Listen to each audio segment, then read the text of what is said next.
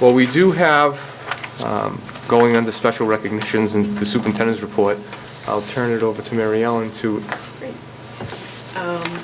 Wanted to, excuse me, I got the wrong thing. So as we can see, we have a room full of exciting young men and women here, some of whom are Auburn High students and others who are visiting students from Madrid. So I'm going to turn it over to Mr. Creamer and Mrs. DePasquale, who will introduce the teachers and perhaps the students and let us know about your visit. Some of us were at the first football game on the 6th when many of you were there, so it looked like people were having fun already.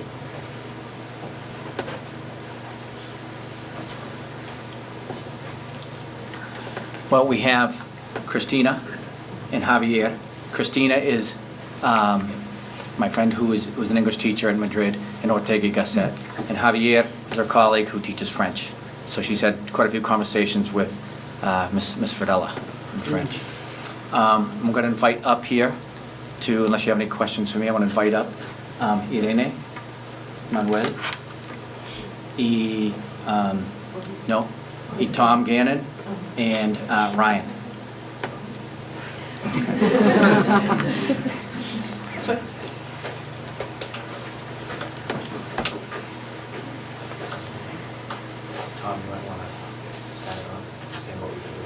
All right, so the whole idea of the exchange is that the students from Madrid have come over here, and each one of them is staying with one of us in our home, and we're spending time with them, showing them what it's like to live in Auburn, and it's a good experience, getting other cultures, so it's fun. Any questions? What are some of the things that you have done? We actually we went to the football game that Friday night. We've gone to a Red Sox game the other night. That was fun. We've been to a couple of the soccer games. We're just, and then, we've just kind of had get-togethers with everyone as well. I'd be curious to hear too from some of the students from Madrid as to their experience as well, what they've enjoyed and what they've taken that's different from the States compared to their Okay. So country. first I want to say we're very thankful for this opportunity of giving us, and I don't know, the exchange so far has been so good. We've done a couple of interesting things like going to New York, Boston 3 times, Harvard, and yeah, it's been great so far, and I hope they have the same opportunities back there in Spain. Very nice. I have a question, Yes. if I may. Good evening, and thank you for coming and offering to speak. I know it's very nerve-wracking to do something like that. Can you tell me a little bit about your experience at the high school itself? The scheduling and the classes, are they pretty the same as you do back home, or are they different? Or Well, they're different because they last 66 minutes, and in Spain they last like 55 or something like that. And I think they have here 5 classes, 5 periods, and in Spain we have 6 plus a recess. And they also the main difference is that they have lunch in school, while in Spain we have from 8 to 2 class, and then we have lunch in our house. So yeah, but after lunch we don't go back to school. So different. is the day similar? Is the starting time and the ending time, or is it Well, longer no. or shorter? Here they start at 7:30, and in Spain we start at 8:15, Oh, and we finish at 2:15. So kind of the same length the days, but yep. now do you I don't know if you would know this, but your different levels of schooling in Madrid, do they all start at the same time, or do they start your Well, younger students? Yeah, we have younger students because in high school you start going in 8th grade. No, sooner. In 7th grade. So you're in high school from 7th to 12th grade instead of here, which is from 9th to 12th. I Okay. think. Okay, And yeah, so we have younger students. good. Thank you very Well, much. Yes. Sure. I just wanted to say I like your T-shirt. Also, were you able to catch some soccer games with the others? Yeah, I went to, I think, 2 girls' soccer games and 1 boys. And then we went to 1 football match on Friday, I think it was. And how did they compare to your soccer team? Well, different. They play- I'm not saying it's worse, but Yes, you are.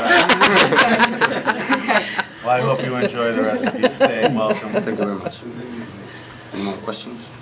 Sure. Yes. First of all, my son's on the soccer team, so we'll just stop. He won't.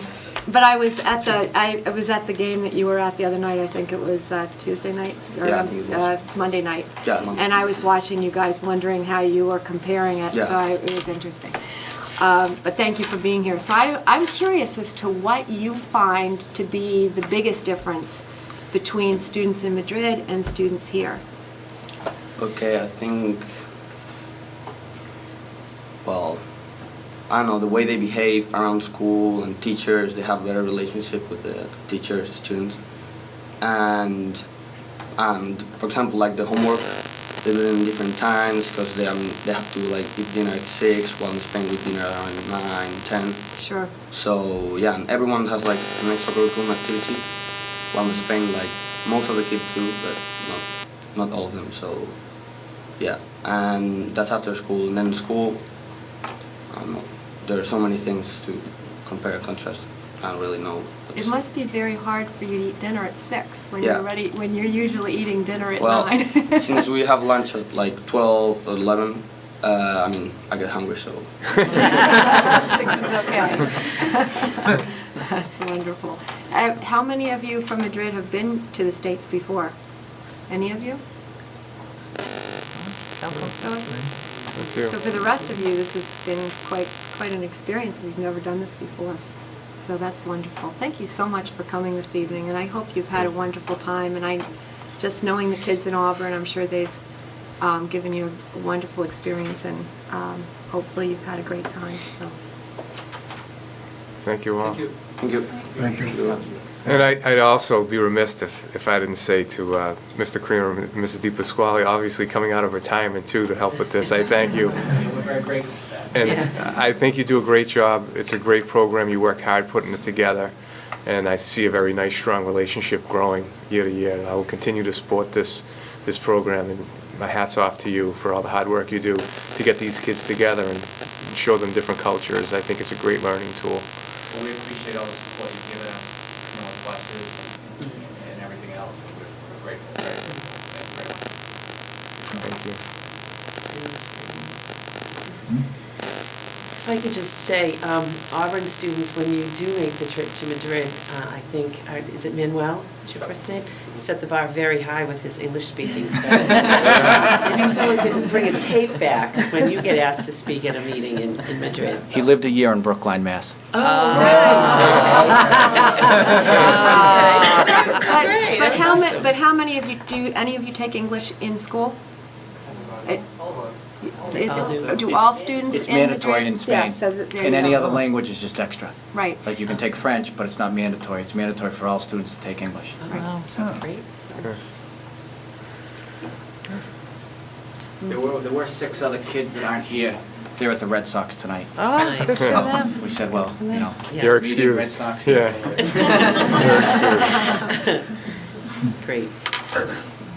Thank you very Thank much. you Thank you very much. Thank you, everyone. Thank you. You can leave it. Yes, you You can. you can enjoy the rest of your evening. We Yes. appreciate you taking time out to visit with us. Thanks, everyone. It was nice to meet you all. Bye, A guys. great Bye-bye. last few Have fun. days. Yep, have a good time. Bye, thank you. Thank you very much. Thank you. you.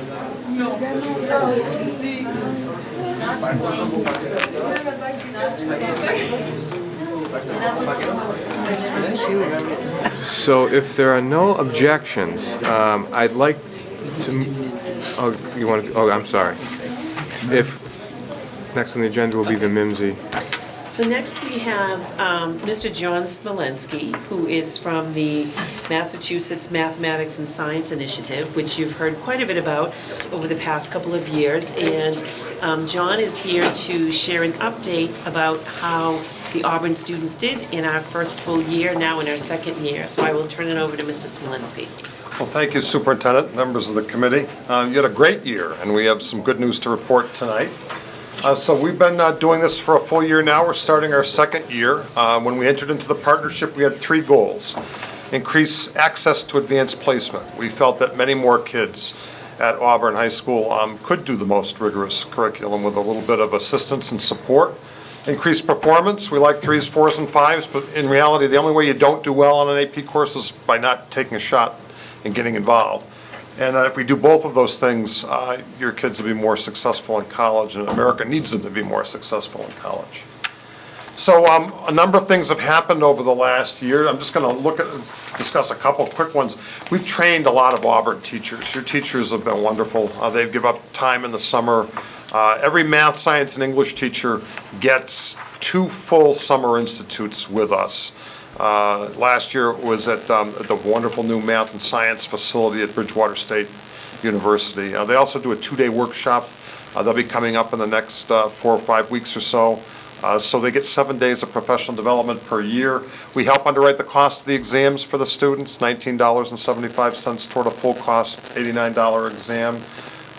We provide some equipment and supplies money.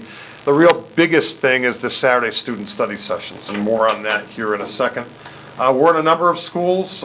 You're currently partnered this year with Leicester High School, Northbridge High School, and Nipmuc, but we're in the Berkshires. We're on the other side of the Cape Cod Canal. We're a number of schools in Boston, Worcester, and Springfield, everything in between. An AP course, university level freshman course that you take in high school. So the kids that are in AP English now, that's English 101 and 102 at the University of Massachusetts. National exam at the end, 1, 2, 3, 4, 5, 5 or better. A 3 or better will give you a qualifying score, can qualify for college credit. A 3 on an AP physics exam at UMass Amherst is worth 8 college credits. 3 or high, and so this does allow you to compete for admission. We did a big kickoff assembly at the school earlier in the week where we kind of kick off the year and make the case for why kids should show up to the Saturday student study sessions. And one of the questions I asked them is, do all the seniors have their application for admission in already? And I always get a little bit of nervous laughter when I ask that, but this is a question that helps them out. I mean, what do the college admissions councils look for? And they look for all of these things, but in green at the top is the courses that you take in high school. And the more rigorous, the better. There's no honors courses in college. There's just college courses in college. And if kids don't get into AP, they take 4 to 5 AP courses between September and December, and 4 to 5 more between February and May. So in many ways, many more kids at Auburn are dipping their toe in the water before they jump in the pool. Too many kids don't, and this is kind of what can happen. At community colleges, about 1 in 3 kids that go will graduate. 2 out of 3 won't, in double the time, in 4 years as opposed to 2. About half the kids that go to public 4-year universities graduate in 6 years rather than 4. Here's the good news. If you get into an AP course, and even if you get a 2, which is defined as maybe qualified, on average, and this, to orient you to this, light green is your freshman GPA, blue is your senior year in college GPA. Right to left, 4s and 5s, those are college level A's and B's, 3, 2. This is a large sample size too, it's 300,000 students. 2, dual enrollment, 1, no AP. What's the so what? On average, about a half a point, close to a half a point higher if you know how hard a college course is before you get your first set of midterms and you're taking 5 all at once. We did a study of our schools that have been in the program, so the class of 2010, and we were able to look at some persistence rates. Massachusetts high schools and Massachusetts high schools that we support, 23% higher persistence rate at community colleges. That's going from the freshman year to the sophomore year without that aw shucks experience, which kind of takes you out of college for a while. So that's a little background on the why. Let's talk about Auburn for a minute, because that's why we're here tonight anyhow. Oh, and the Saturdays. So the first Saturdays are coming up. We do raffle off iPods and gift cards and iPads to convince the kids to come. We feed them pizza for lunch. And we bring in faculty from all across the state to work with your wonderful faculty. And kids that attend all 3 Saturdays, that's 16 extra hours of some of the best high-octane presentation that you can find. That will help them on test day in May for the advanced placement exam. It'll make them lucky, and luck is when opportunity meets preparation. And this is a little bit of the preparation. So, You had a small but strong AP program for a number of years, remarkably consistent between 55 and 90 enrollments until last year. This is just math, science, English.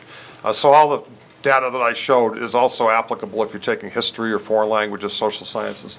But in year one in math, science, English, you went from 90 enrollments to 162. We thought that was pretty good until this year, when you're now up to 250. How good can Auburn be? We should ask Mr. Hanfield that. I asked him that. We don't know yet. We think that we're going to continue to go up because the kids are embracing the challenge of taking the most rigorous courses. And then we need to talk about results. So how did the kids do in the first year? And so again, remarkably consistent qualifying scores from 42 to 58, and then 112. 112 is pretty good. That is just about close to doubling. And then some takeouts, and then we're able to compare big schools and small schools by templating the number of scores of 3 or higher per 1,000 students.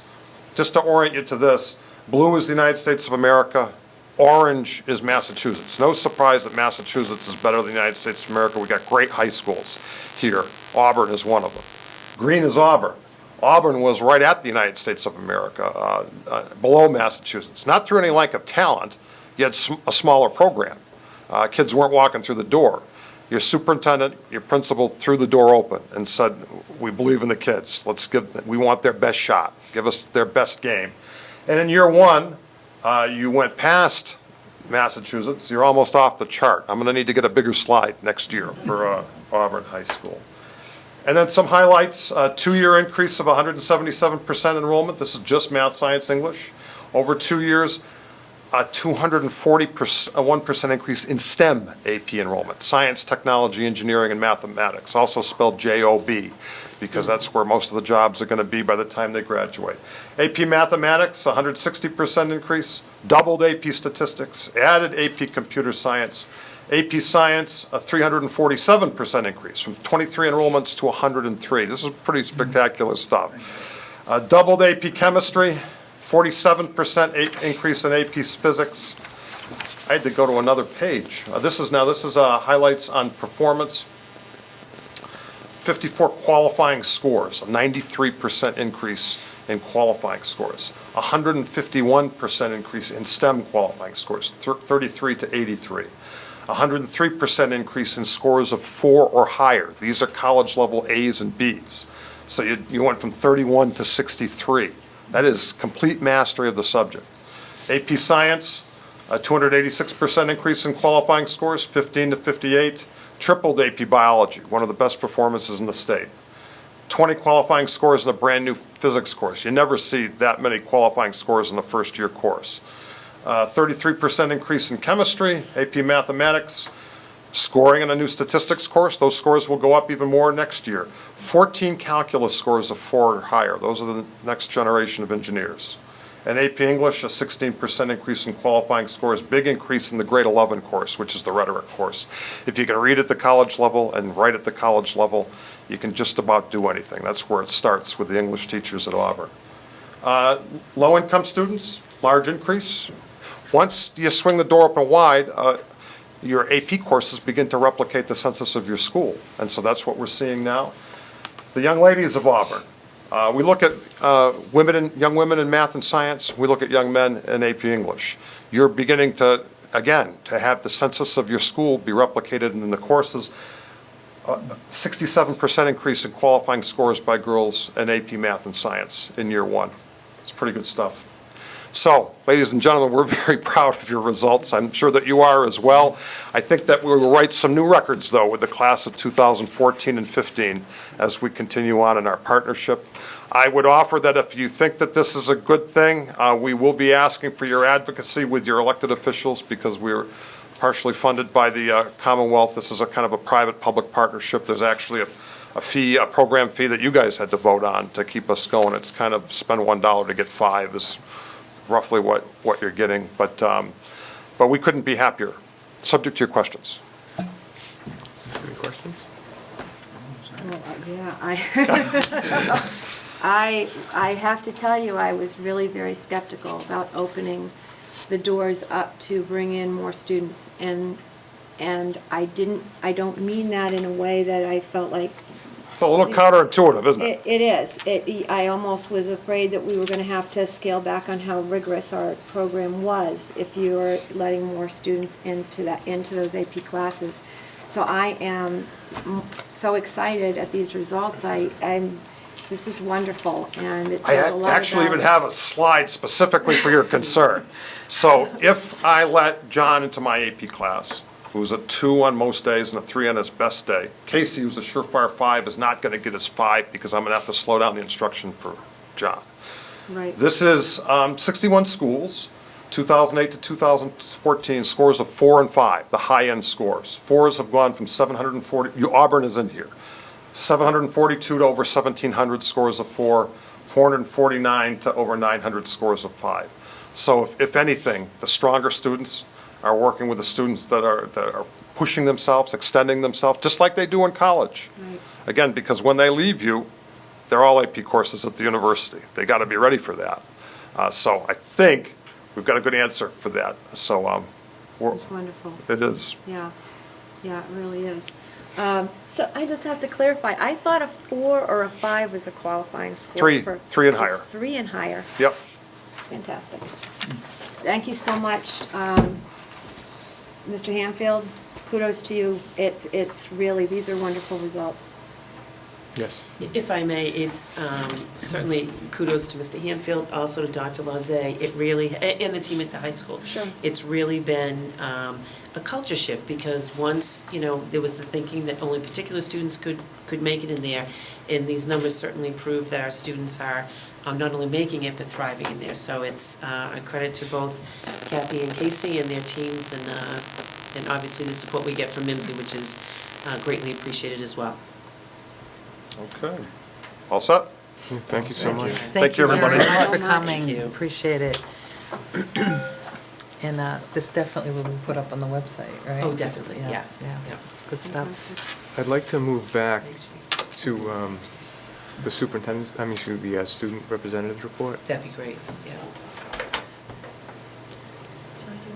All right. Well, hello, everybody. There's now that schools, last time I saw you was like the 4th day of school, so now that we're back in the swing of things, we had a lot of new improvements and updates to the school. For example, we got a new iPad cart at the high school, which is very good and a very big benefit, because 2 days ago or yesterday, I was working on a speech for a government class, and we were going to go to the library, and the computer lab was booked. So we just went up to the library and we grabbed some iPads out of the iPad cart so we could still research and finish our speeches and work on them as a team with the iPad carts rather than have to stay downstairs and have to do it at night. And the next thing is that homecoming is coming up once again, and it's kind of bittersweet because it's our last homecoming of our high school career. And the 5 days that we include as dress-up days have been so far Boston Day, Camouflage Day, American Day. Tomorrow's going to be Throwback Thursday. And finally, Friday will be School Spirit Day. And we get to participate in our last homecoming assembly, which is always great because it always brings the school together as a whole, and it always brings your class together as a whole as you work to try to win. And I want to talk about today the big boost in the TV production department that we've had. So we recently started back up filming the Senate Forum that airs through the town of Auburn, and the show is hosted by Rob Grossman and State Senator Mike Moore, and it fills us what's going on in the Massachusetts State Senate, which is good. I've recently filmed it yesterday, and I produced it. And then we also started a new show that's a monthly show, which is with Dr. Francis DeFalco, which is a healthy lifestyle show to produce healthy lifestyle through Auburn. And both shows are being produced by students. I produced the Senate Forums, and one of my friends produced the Dr. DeFalco's health show, which is good to see because we're adapting into technology and we know how to run TV, which could be a good career coming up. And the sports teams, once again, are starting their community service projects because it's required to do one community service. And I talked to the athletic director, Mr. Garno, and he said that the football team and the girls soccer team are helping out with the memorial for David Broder being built on the back of the school, and I know for a fact the girls cross country team is donating time to the road race being run at the high school this coming Sunday, and the boys team will be helping out with the David Memorial Road Race that's going to be held October 20th. And there's one more course I wanted to highlight, and it was the outdoor education course at the high school, it's been a course that most people don't think about, but I haven't heard one people that said they hated the course. They all love the course because it's something you learn, like you learn archery, compass and navigation, canoeing and fishing, and something when I grew up that I didn't say, oh, I want to go canoeing today, or I want to go out and go fish. But you really think about, once I took the course, I fell in love with all the things that you've done, because usually kids these days in the younger generation just are sitting at home on their latest iPhone, Xbox and stuff, and it really got you to get outside and appreciate what nature has to offer, and it was a really fun class. What was the class again? Outdoor education. It's taught by Mr. Pratt. Well, the seniors have started fundraising with Yankee Candle catalogs. So basically, we're just selling Yankee candles to anyone who will take them, and those proceeds will be going to yearbook for our senior year yearbook. And the yearbook committee has already started compiling pictures for the yearbook. Members, including myself, will be documenting activities this weekend and throughout homecoming. Another club that will be at the homecoming games will be Model UN, and they're going to start fundraising by selling Mardi Gras beads. Of course, blue and silver. And we're also going to be doing 50-50 raffles in the stands. The International Club is also going to be at the homecoming game. They're going to have a booth there by the concession stands, and they're going to be selling international desserts. Everyone can make a dessert from another country, and we're going to be selling those under the Board of Health regulations. And last is National Honor Society. We started the candy fundraiser. We sell candy for $1 a piece, and the proceeds for that are going to be going to sponsor a family in need during Christmas time to buy presents for the children. And I think the other half of the proceeds will be going to like soldier care packages to send overseas. And if all goes well, it should be raising several $100s. So. Any questions? I have a question. Yes. How did you have any thoughts when you heard that presentation? Did either one of you take AP classes? I do take AP classes, and it's the second time I heard the presentation, because the kickoff we had the same slideshow. Okay. And and it was good to see how we boosted up, and it's good to see how you have 250 kids, and that's only math, science, and English, because I know there's plenty more kids in history, computer science, art, and all those different types of AP classes, and it's good to see how we're succeeding because of it. I'm taking, right now I'm taking math, English, and government, so I kind of have like the MIMSy, but also kind of things that aren't included in that, but I have to say that government is just as strong and demanding as any math or English course I've taken in the AP level. That's great. That's good to know. Thank you. Make sure you bring in the candle order forms and some candy. And we'll all buy some from you. Support your causes. The candy would be good too. Great report. Yes. Great report. Thank you very much. If there's no objection, I'd now like to move up from Business Financial, the Capital Improvement Program for FY 2019. It's actually 19. It may not be that on your form. So just a quick overview, and then I'll turn it over to Mr. Gray and Mr. Fahey. As we do each year, and it's towards the back of your packets, we present to you the proposed CIP for fiscal 19 for 5 years out, and then make amendments to next year's CIP, which would be FY 15. So I will turn it over to them to kind of walk you through where we are.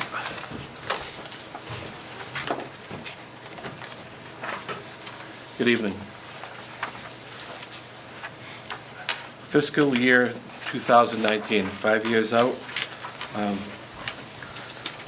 Build and rehab, Bryn Mawr School. We have upgrade HVAC classrooms, asbestos projects, replacement of rear handicap ramp, and add ADA playground equipment for a total of $80,000. Build and rehab Packagug, asbestos abatement projects, ADA playground equipment, $30,000. Build and rehab 10 Swanson Road, asbestos projects, ADA playground equipment projects, $30,000. Build and rehab the brand new middle school, $0.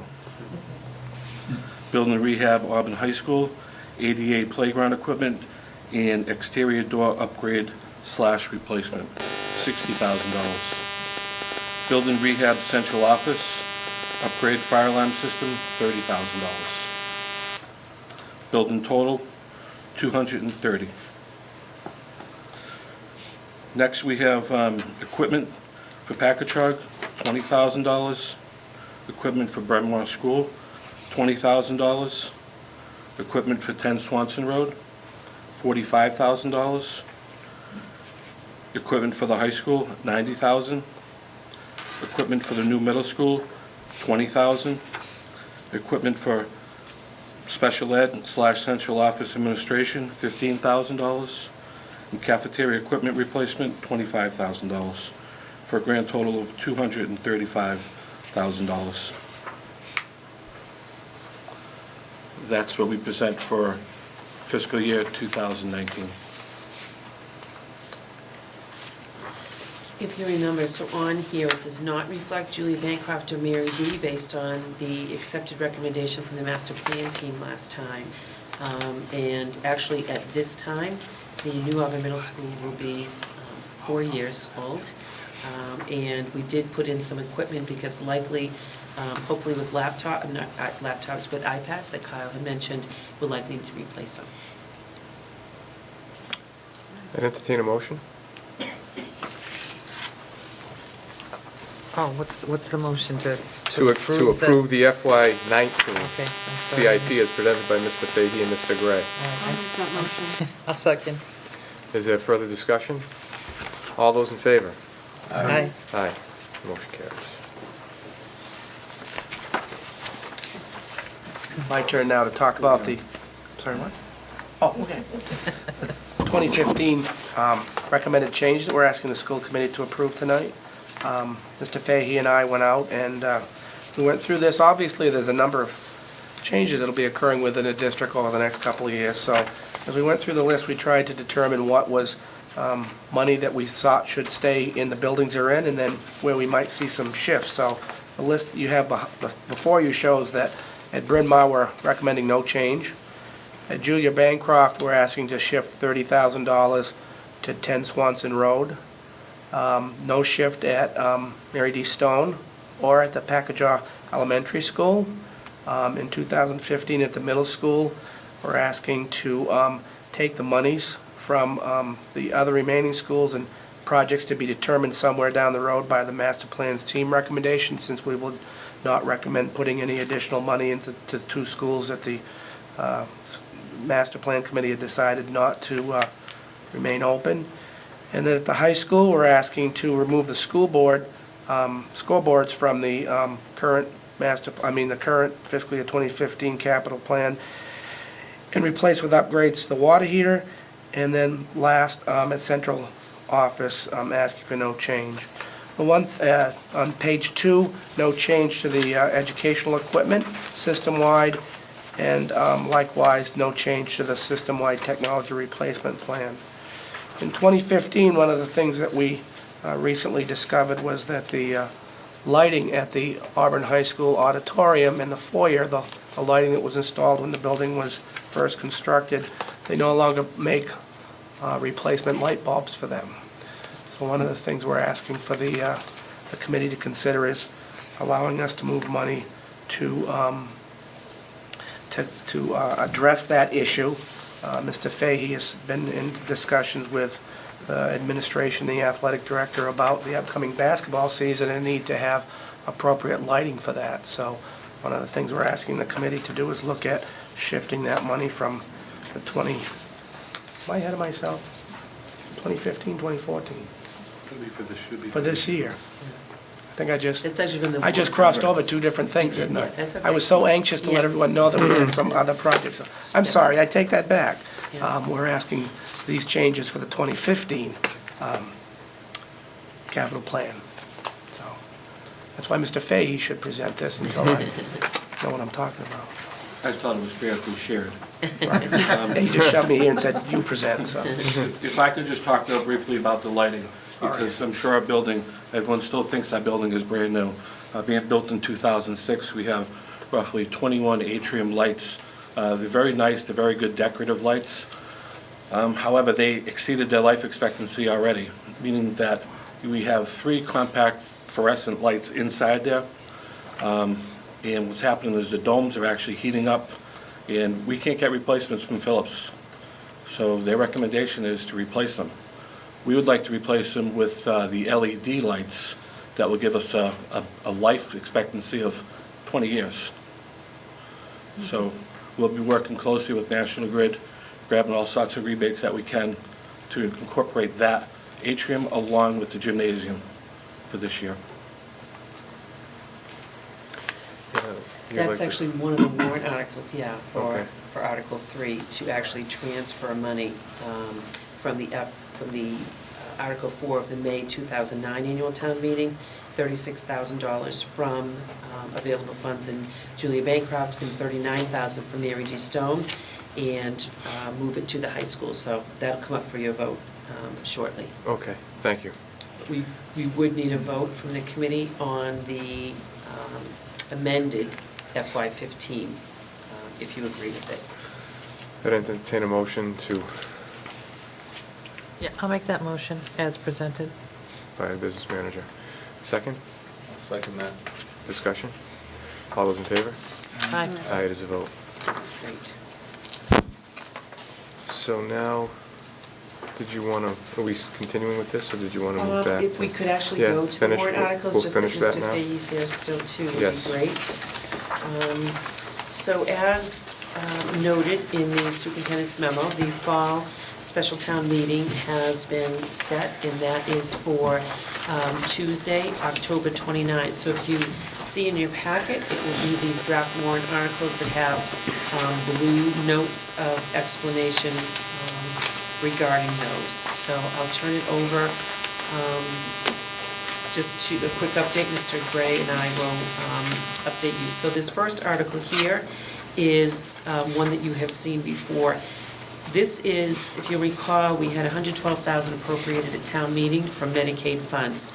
We actually received in excess an additional $12,457.23. That money goes into the general fund. What we're looking to do is to increase what we would expect to receive in FY14, because all of the students who are receiving Medicaid reimbursement, eligible reimbursements last year, are still receiving them this year. So every indication is that we will receive, instead of the $112,000, $124,457. So that is one request, so that money comes directly back to the school district. If you remember, we as a school district pay for those services, and this is for us to be reimbursed for those. So that's Article 1. The second article is regarding the, if you remember, there was a issue that you had brought forward, a warrant article last spring. We had paid out for homeless transportation in the amount of $12,152. And there was a lack of clarity. I think it was actually a lack of a decision made in terms of DOR and how that money would come to the district. Would it come to us directly, or would it go to the general fund? And it was ultimately deposited into the general fund, but it is money that our budget paid out for homeless transportation.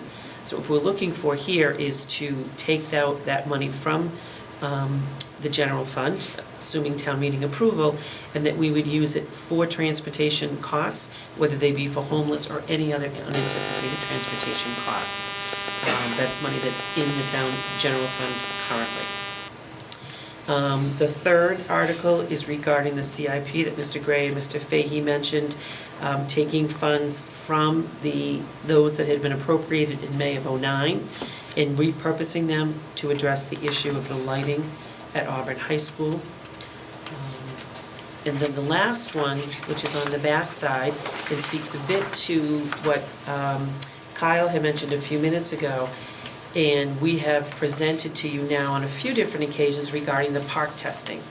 As part of this packet tonight, I shared with you in schools across the Commonwealth recently were notified that they would be participating, which grade levels and which schools would be participating in a park field test that will happen this spring. We were notified that Julia Bancroft, 2 grades at Julia Bancroft, 2 classes each, 2 grades at Packagug, 2 classes each, and actually one grade at JB, and 2 classes at Auburn Middle School. The classes at Packagug will actually be taking the online assessment, where the other 2 schools, JB and Auburn Middle, will be taking the paper version. So I asked Mr. Bouvier, and he presented here a very detailed analysis to look and see, and it's what's called the Park Technology Readiness Tool, that he input various data regarding the computers that we have and how equipped we will be ready to institute this coming spring. One of the issues, especially at our intermediate schools, is in our primary schools that aren't impacted by this, each has only one technology lab. And they are in a pack, it is in a space downstairs near the library. And in order to be able to use that, we participated in a webinar.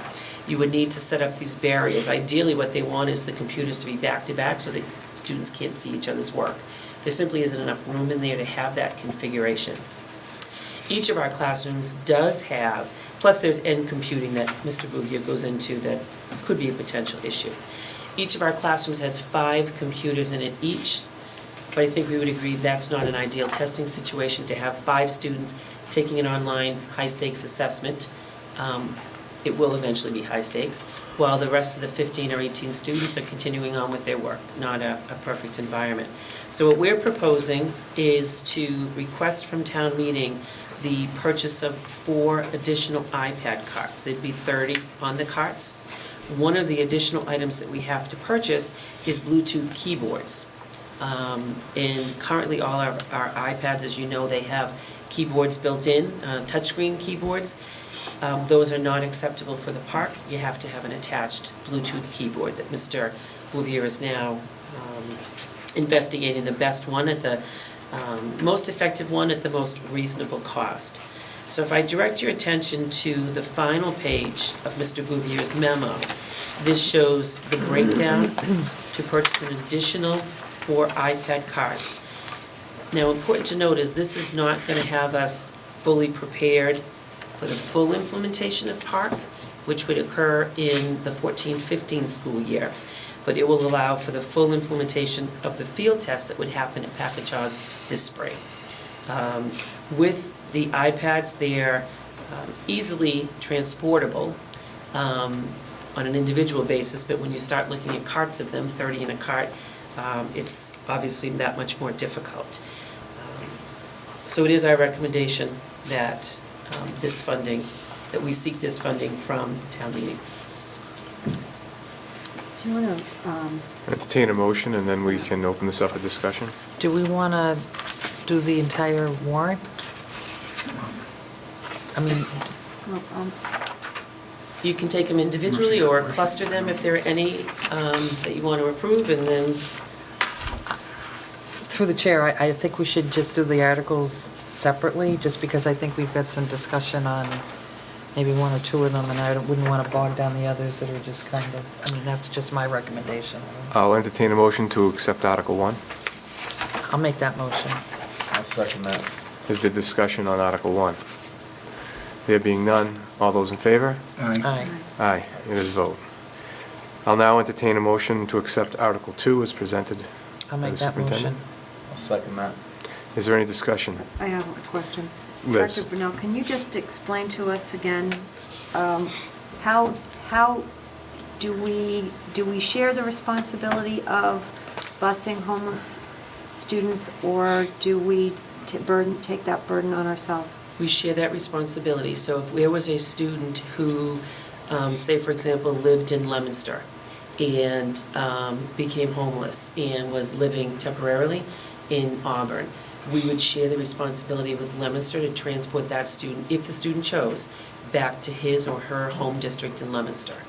And likewise, if they were living in Auburn and became homeless and went to live in Leicester, we would share that responsibility to get the child back here. And the responsibility of who pays is not subject to when the student became homeless? Correct. Okay.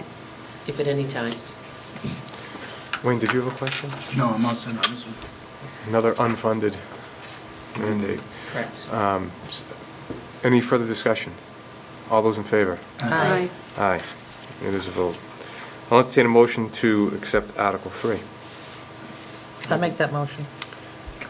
I'll second that. Discussion? There being none, all those in favor? Aye. It is a vote. Entertain a motion to accept Article 4. I'll make the motion to accept it. Second that. And we will now open for discussion. Leanne? Oh, I have a question, but I know Mrs. Gribbins did too, so How do you know that? I know. Whoever would like to begin. Okay. Go ahead. Okay. I may have misunderstood when you were speaking just now. Did you say that we've got, excuse me, 3 different schools that will be participating? 2 of them are going to do paper? Yes. I thought we were kind of trying to get away from the paper. That was designated by the park Oh, they officials. want us So to do paper. They do, and in fact, Oh. when we participated in the webinar, they had indicated that, but then there were call-in questions, and the superintendent said, we'd really like to try all online to do that. And they said, no, it's not an option for you. So whatever you've been assigned is how you'll take it. Okay, so they delegated They that to delegated us. that. Okay. They did. All right, thank you. They did. That was my question on that. Yes. And are we sure that in the school year 2014-15 that this test will be mandated? They will definitely be bringing this test in? Or are they not sure yet? They're not sure yet. There has not Okay. been, but it is definite that we are participating in the field test in the spring. I will tell you, Yeah. recently, some states have pulled out from park testing, as most recently, not that long ago. It's not an official determination yet, but all indications are Massachusetts has really been one of the leaders in the park initiative. So it would certainly suggest that we will be in it, but no, there's been no official determination. And I'm not asking that because Yeah. it's going to sway my vote on this, Yep. obviously. If Yep. we need to have this, I would be in favor for it.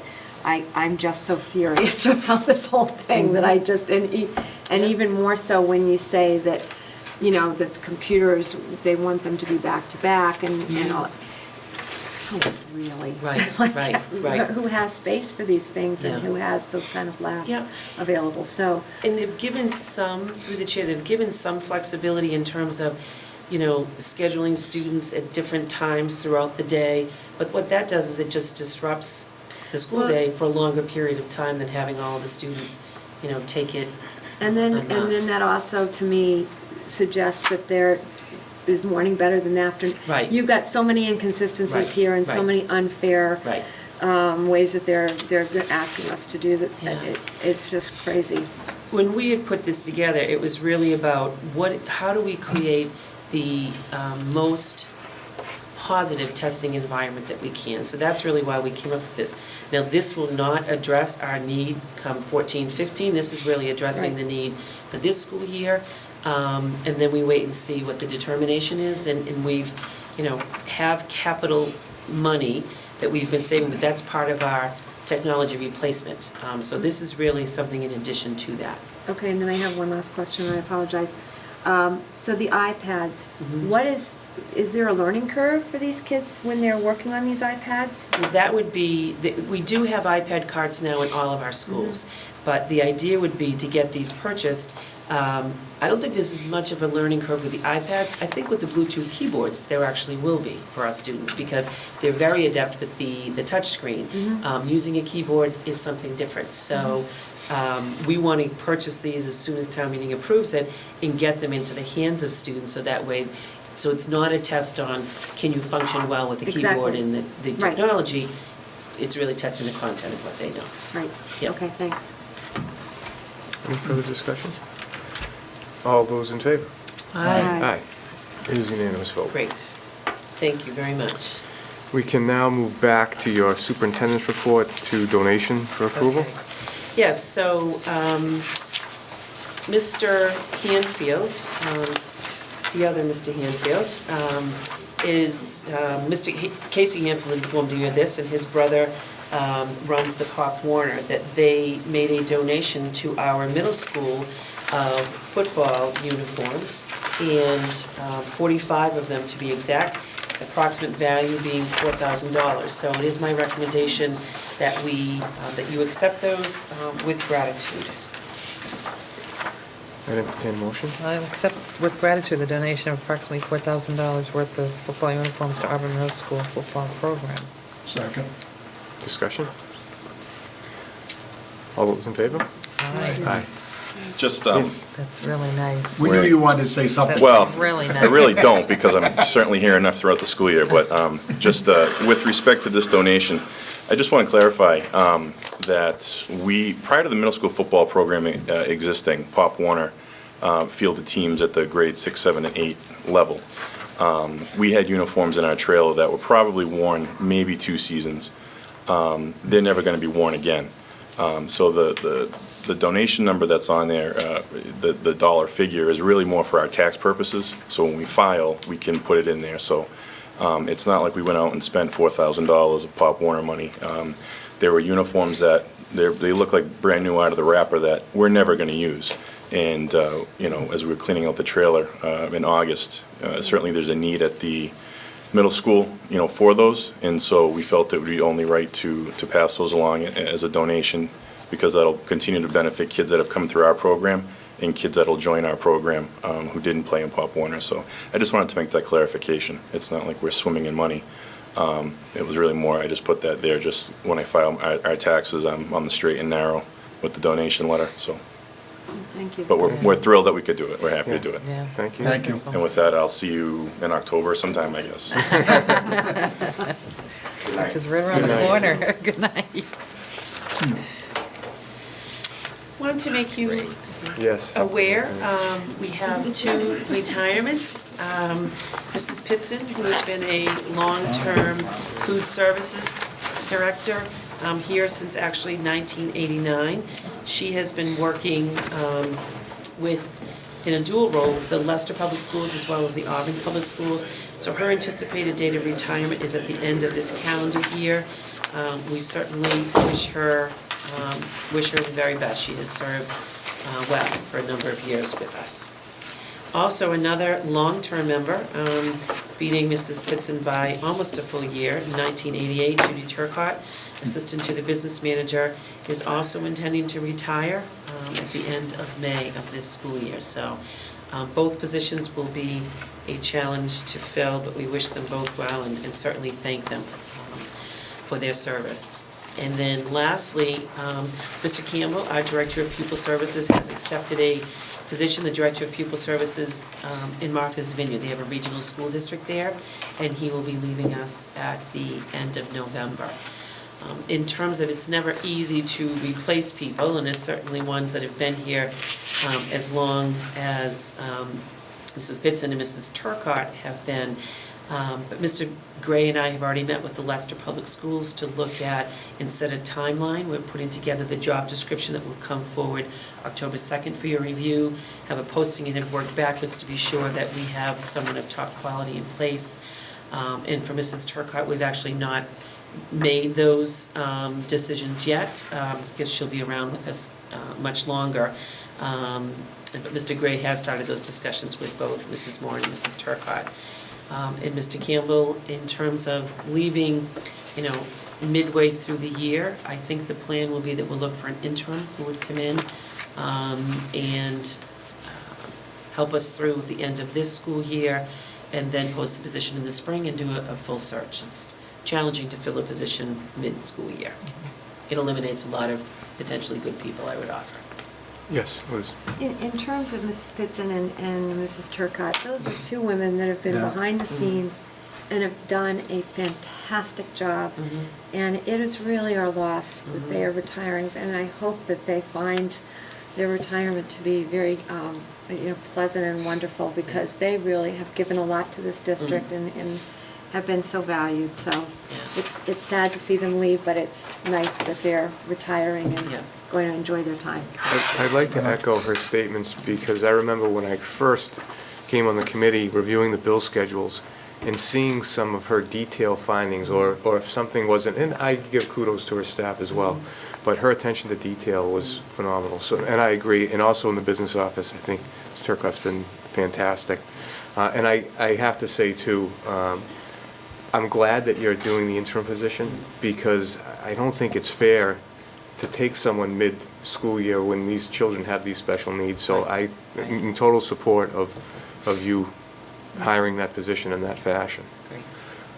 Great. Me too. Any other comments? I'd just like to thank both of them too, because, I mean, since I've been on the school committee, they have done a lot of work and spent a lot of time, and they have been here for a long time. And they were very, very excellent employees for the school system. Right. Very caring. Yeah. Great. And if there are no more comments on that, we can move on to the Chamber of Commerce. I just wanted to share with you, as I've done each year, I attended the Chamber of Commerce Golf Tournament. They give grants to our teachers with the money that they raise. They were very excited. They always seem to get an absolutely gorgeous day, and September 9th was no exception to that. They had a full cadre of golfers. They had 124 that day, so I always go and encourage them to hit the ball straight and to thank them for the Auburn Public Schools. They really do a lot for us. The mini grant program and scholarships that they award to our students, so very generous. We have a lot of community groups that do such great things for us. Moving back to unfinished business, we took care of the fall special town meeting, moving on to budget priorities. We've noted those that you shared with us, and we just really as an FYI that are noted there. I think they're all ones that we certainly share as a leadership team in maintaining those. So you will see evidence of those as we bring forward budgets to you. I did include a partial listing of unfunded mandates. It's sometimes hard to remember all of the different things, and the homeless transportation being one of those such items. It had been one of those such items, and if you remember, State Auditor Suzanne Bum said that was exactly what it was, an unfunded mandate. And you had actually sent as a committee a note to her to thank her for her advocacy. So that's why that money comes back to districts, goes into the general fund, and so that's why we were asking for it. But we'll continue to add to this list as items come up over the course of the school year. We started with what we had done as a leadership team, the Superintendent's Association, as well as the School Committee Association. Every once in a while sends these out, so we'll continue to add to this so that you have an accurate listing. Thank you. Yes. Mr. Chair, if I may, this has always been a thorn in my side. This has always been something then, when we've had the opportunity to have Representative Foster, Senator Moore come in, that this is one thing that I'm always plug-in for. And I understand that this is a partial listing, it's not including anything, but I would like to make a motion that the superintendent draft a letter as a friendly reminder that these are some of the things that, we are looking to have to fund. If the rest of the committee would be so willing to do that. I just like to keep this kind of stuff in front of our representation, and I don't know how the rest of the committee feels. Second that but motion. I'd love to do that if you Is would there further allow it. discussion? I totally agree, and anytime we get an opportunity to, the squeaky wheel gets the grease, and in this case, I think we just have to keep hammering that point home, that, they're gonna keep sending us these unfunded mandates, we might as well send them the letters and keep Senator Moore busy, and There you go. I'm sure he And doesn't if have we could enough add to the do. transportation, if that's not on the Sure. list. Well, that one actually, they did fund it. It would Okay. be ideal if it came directly to the schools and we didn't have to go to town meeting to General ask for fund. it. Oh, I see. Yeah, But okay. the town's always been supportive, so I anticipate that would be approved. We can show that was dollars we spent. And if there are additional ones that we think of before the letter goes out, we'll certainly add those. I'd appreciate that. There is a second. Wayne seconded the motion? Yeah. And if there's no further discussion, all those in favor? Aye. Aye. It is a unanimous vote. Moving to your goals. What I've included in here for you, the self-assessment is a form that you have seen before. Actually, it's not in color, so it's probably hard for you to tell what I had rated myself. So, although you saw an emailed copy of it that had it marked in blue. But I did do the self-assessment and then also put together draft goals for you. I did, Mrs. Gibby, to your point, add in there regarding, it's the second item under student learning goals. What the new ed reform, the new ed eval requires is that I have at least one professional practice, one student learning, and one district improvement goal. So you can take this up for discussion how you would like, whether you want all of these to be considered, some of them, that's certainly your choice. They are all things that I will tell you I intend to work on, and much is already in progress. Is there any discussion? Are you looking for a motion on this? For approval, which you can either accept them tonight, or if you'd like more time to review, we could certainly add it to the October 2nd agenda. That's The committee members need more time to review, or are you comfortable voting on it tonight? I just want to make sure that you're not taking on more than you can chew. right. And I don't mean that in a demeaning way at all or anything. Yep. I know with the middle school coming up and trying to do transitions, to take 2 schools offline, and there's a lot here. But I guess I have to assume, and please correct me if I'm wrong, that you feel that this is manageable. I will tell you. What do you think? All of these items are already in progress. The first 2 I got scheduled. I had Mrs. Zotner this summer schedule me in for visits to schools, and I'm in them regularly, and we're doing classroom walkthroughs into teachers' classrooms. The leadership team, the ed eval, that's a topic of discussion that I would assume happen at every leadership team meeting. The next one will be my biggest challenge area in terms of the Facebook and things. Knowing the value of the communication, I commit to doing that. Have your nieces and nephews come over I and know. you'll whip it right out. That's exactly right.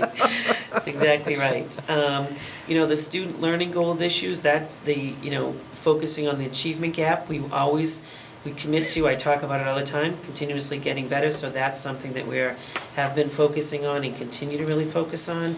The English language learners was an issue I had mentioned last year. The school building committee, I'm going to be doing that and communicating that to the public who so generously supported us. And the strategic plan is something that we have underway, so I will be doing all of them. It's your choice if you want to, I guess, grade me on them all, but I'm doing all of them anyway.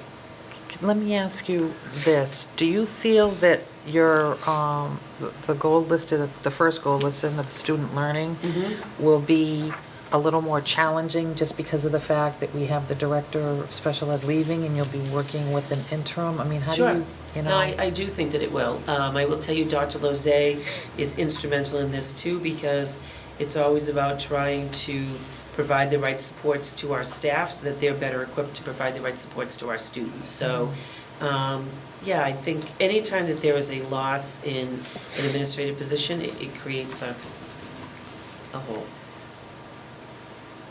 Okay. Wayne, yes. I would just like to say the set goals that you had brought forward, and I think no matter whether at the end of the year the goals aren't completely met, but this is work in progress. You can always continue what you can't finish. I'm not saying that you have to have these done by then, just ongoing goals. And I think you did a good job on it, and I think you can do it.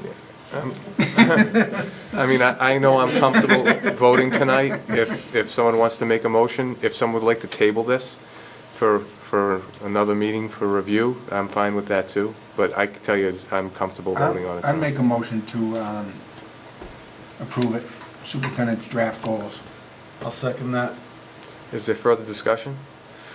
Yes, I George. do. I just want to say, I did have an opportunity to read through all of the documents, and it was very well put together. I really appreciate the effort that you put into the goals, and I know that you'll put in the same effort going forward.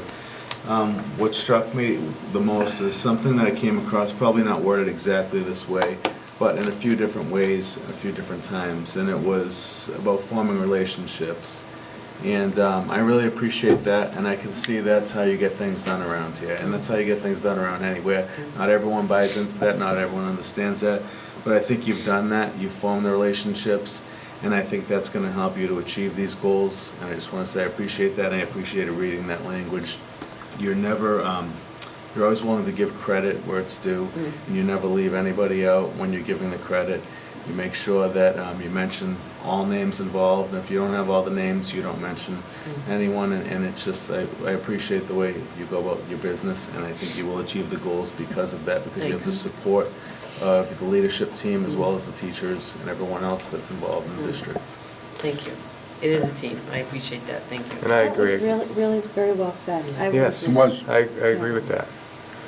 I have no reservations. If there's no further discussion, all those in favor? Aye. It's a resounding. Oh, great. I'm sure you're going to surpass. Hey, remember that in May, everybody. We actually went over the testing, so we can move on to new business of appointing a civil rights coordinator. The Civil Rights Coordinator, Dr. Lozay, is my recommendation to appoint in this position. She has served us extremely well as a Director of Teaching, Learning, and Curriculum. She is ethical, has tremendous integrity, and I know that she will do an outstanding job in this capacity. Is that usually the director of Special ed. ed? It has been, always in the past. And if you remember that if any issue gets brought forward, the responsibility of the Civil Rights Coordinator is to conduct an investigation, basically a fact-finding mission, and then present it to me for me to make a decision. So it's the intermediary person. I'd entertain a motion. I'd make that motion. Second. All in, further discussion? All those in favor? Aye. Aye, it is a vote. And as always, we have lots going on at the schools. This coming weekend, we've got the Fall Festival at the high school on Friday evening. There are games, as Kyle and Nicole reported, as well as throughout the day on Saturday. There's also a road race to support Auburn Youth and Family Services on Sunday that's taking place. We've got curriculum nights, and as Kyle said, we are off and running. School is up and everyone is very busy. We can now move on to the business and financial report. Thank you, Mr. Chair. Within your package, you have two sets of transfers. One requires your approval because they move from one function code to the other, and the other one is for informational purposes. As we have in the past, we continue to look at our fiscal year 14 budget and make refinements. So the first one reflects changes from different function codes.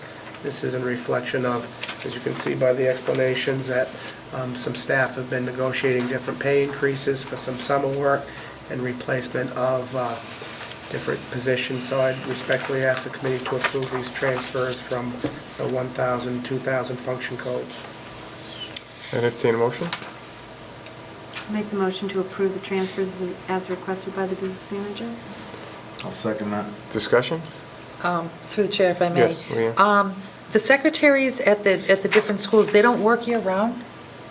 They're No. only on they're on a school schedule? We have 10-month, 11-month, and 12-month secretaries. Okay. Those at the elementary schools are 10 months, so they Okay. work 5 days after the school year, or 8 days after and 5 days before, or vice versa. Okay. Which puts a strain, quite honestly, on the elementary schools, so we do generally set aside some money if needed for them to come in. Okay, all right. Now, is there, I guess, you know what, I can't believe I've been on the committee this long and I didn't realize that. Yeah. Is there a reason we don't have, I mean, is it financial reasons, or is it just that there's really not enough work? Historically, Busy, that's or? been the way that it's been handled. The elementary schools are typically less busy during the summer. Okay. High school has, students coming in and have to schedule classes and things which could require some support there. I think that, and I'm saying this now as a former elementary principal, there were times that it certainly put a strain on the principal because you were doing some more secretarial functions. So I will bring it back to the principals, and if it's something that they feel they need more of, we'll bring back during budget Okay, season. yeah, I just would be interested in Yep. that, yeah, thank you. Okay. And we actually took care of the capital improvement program for. Oh, FY actually, I think we need to. Oh, I'm sorry. Yeah. I'm sorry. Yeah? Okay. All those in favor? Transfers. Yeah, Motion. we have a motion and a second. Yeah. Further discussion? All those in favor? Aye. Sorry, sidetracked there. So now we can move to the update in the previous year account. As mentioned in the superintendent's update, the fiscal year 13 books have been closed, and a new account has been set up for fiscal year 2013 liabilities, and as of this date, we have put those into warrants, and will be paid on October 1st. So I will be providing the school committee with an update on all bills from fiscal year 13 at the next meeting in October.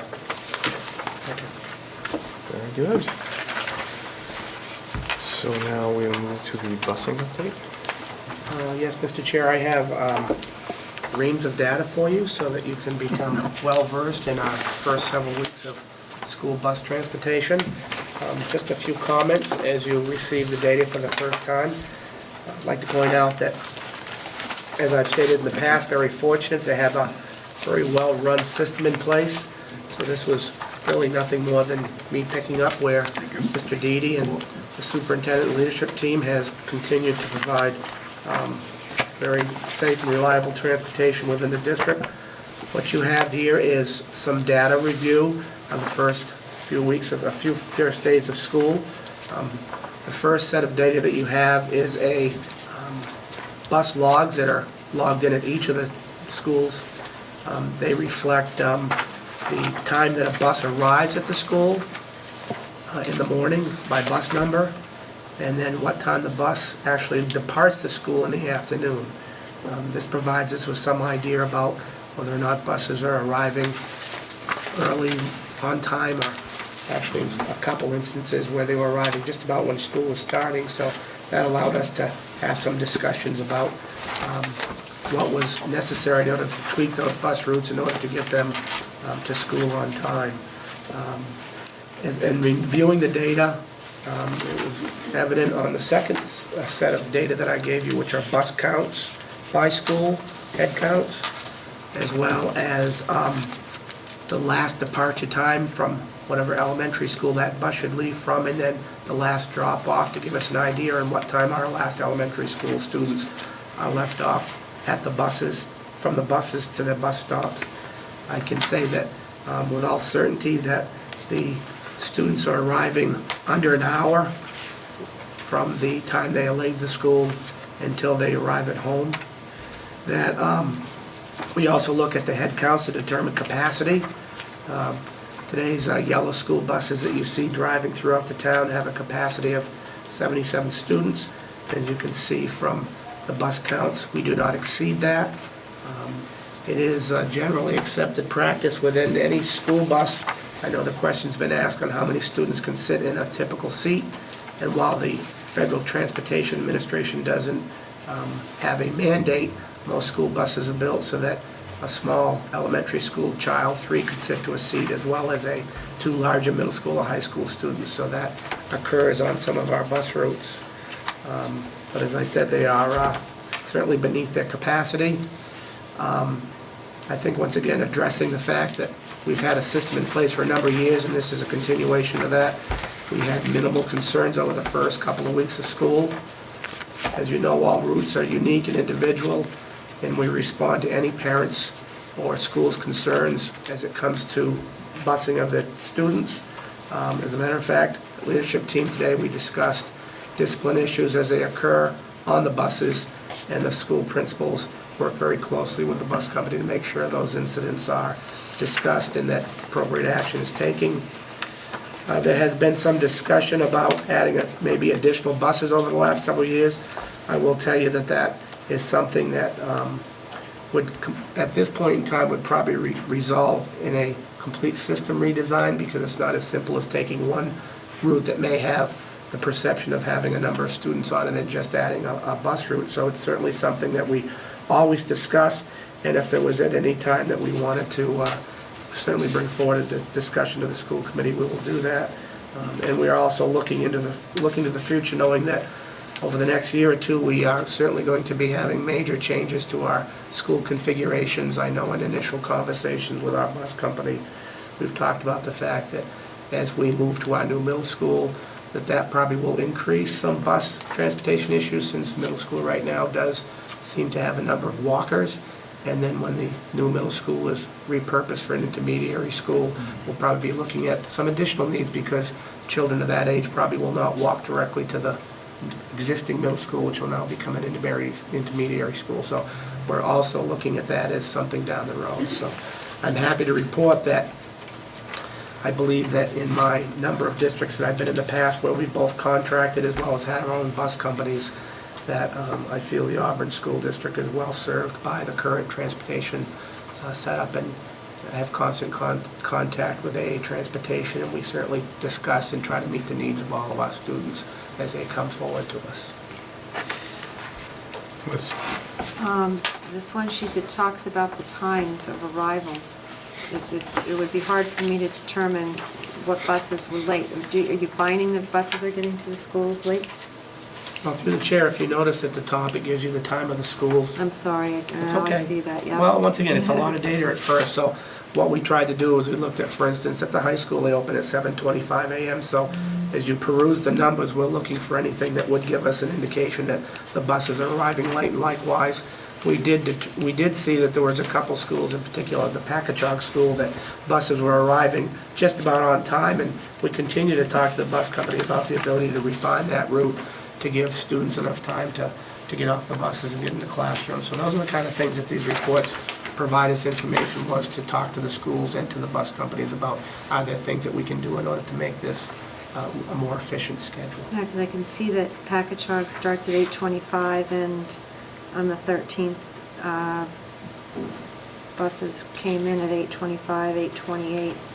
So I'm assuming those are getting fixed. Yes, yes, we're discussing, are there ways that we can, or is it a fact of life that we need to at least address right now, and are there any ideas or thoughts down the road? I mean, as you can imagine, a lot of it has to do with, are children out there on time, are ready to get on the bus, traffic conditions, weather conditions. So, I mean, those are all factors that are taken into and just the idea that the first week of schools, trying to get into routines, knowing when the bus will arrive, to make sure we're ahead of time, and we've got our children out there waiting to board the bus. So those are all things that we're discussing, whether or not this is an ongoing issue, or whether it was an issue that was just happened to be because it was the first several days of school. But we are in constant contact with AA Transportation and our school building principals to see if there's ongoing issues that we need to address. Well, 9/13 is not one of the first weeks of school, so. Well, yeah, right, no, but yeah. I'm just saying, as it's certainly an issue, is Sure, what right. my point is. Yeah. Right. I'm sorry, are you done with? Yeah. And going through this data, this is going to be an unfair question, because you may not know it off the top of your head, but it seems like Packagug on the 9th had issues getting their kids home. Was there something that happened that day that you guys can recall, or it just, I mean, I know that it's old data now, but it just seemed like 66 minutes, 50 minutes, 54 minutes. It just seemed like on the 9th, they seemed to bus 7, 8, and 10. Just seemed to struggle those days, and I was just wondering if something had happened at the school, or if, I mean, it just, the timings were just a little, I mean, they've improved over the time, so. Right. But that just kind of stood out at me that, again, it looks like Packagug School seems to be having, the most Sure. problems. Through the chair, I don't remember specifically. We collect the information. We can certainly get back to you. And That's fine, I find- just yeah, was find just, that it was out. just, just something that stood out for me that. But, it really does take a few weeks to kind of get into the routines. That certainly looks to be an anomaly on the 9th. Yeah. That was an issue. I was going to say it was the governor's, but that was not. That was on the 6th, because I know that did delay, which would have been the Friday before. A little bit of a late start, so I'm not sure. Yes, Well, Mr. through the Gray. chair, I just want to point out that, back to the superintendent's comments, that things are evolving, we continue to look at them. I vaguely recall it might have been the 9th that we had, typically some of the issues we run into the first weeks of school is that young students go to be dropped off at a particular location, there's no adult to see them. So sometimes we loop back around, sometimes we go back to the schools with the children. And I vaguely remember that at that time frame, we had a couple of students on a couple runs that adults weren't ready to accept them, or we weren't quite sure where they were going, because when we went to drop them off, there was nobody there. So that could be a reflection of the bus looping back, and even though all the students have been dropped off, that when the all clear is given, it means the bus is totally empty, that it was probably a trip back to that elementary school to leave a student back off, because we had called the parent and said, couldn't leave them off at home, can you pick them up at the school? And that's my guess, but I certainly will look into that. Okay, no, that's, yeah. Anything further? Yes. Yeah, I would just ask that maybe we could report back on this, let's say 2 meetings from now, unless something in the meantime comes up between now and the next meeting. As well as in that report, any number of complaints, not asking for details, but the number of complaints. And that's in 2 meetings? Yes. Put on the agenda? Unless something comes up that, you think we should know about. And I do understand that even if we were to add a bus at this point, if we had the funding to do so, it may not solve anything. As you said, we're shifting around the routes, it may not solve anything.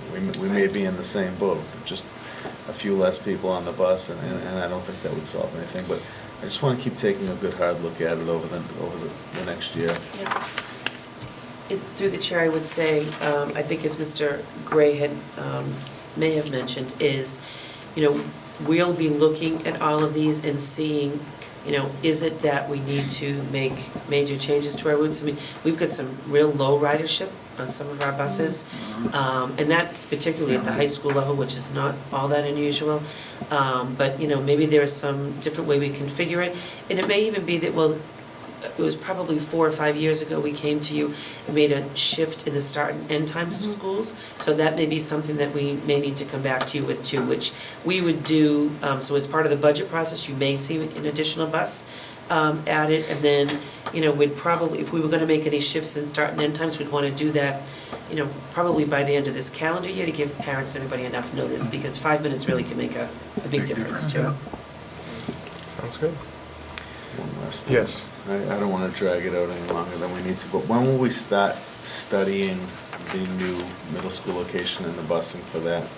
Mr. Gray actually has already started those discussions with AA, in looking at, what would those routes look like, because it won't be just that issue, because then we'll have the JV students who had been at JV Impact will be going to 10 Swanson Road.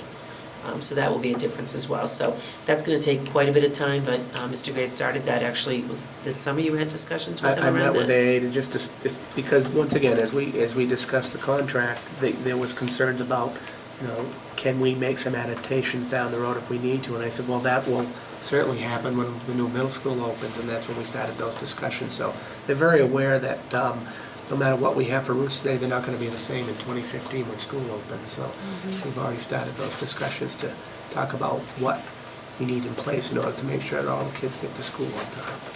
Good. Very good.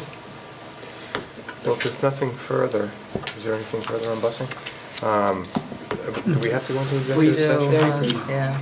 So Very brief. I would entertain a motion that we go into executive session and then a roll call vote. Motion. I'll make the motion to go into executive session for MGL Chapter 30, Section 21A, 3, with regard to litigation.